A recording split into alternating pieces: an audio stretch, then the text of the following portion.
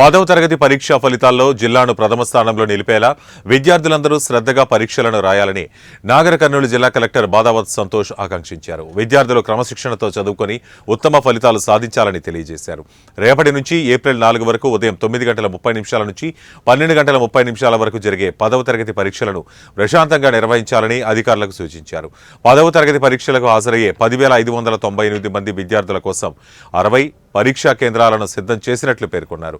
పరీక్షా కేంద్రాల్లో నిరంతరం విద్యుత్ సరఫరా ఉండేలా చర్యలు తీసుకోవాలని అధికారులను ఆదేశించారు. విద్యార్థులకు తాగునీరు అందుబాటులో ఉండేలా మున్సిపల్, పంచాయతీ అధికారులు తగిన ఏర్పాట్లు చేయాలని సూచించారు.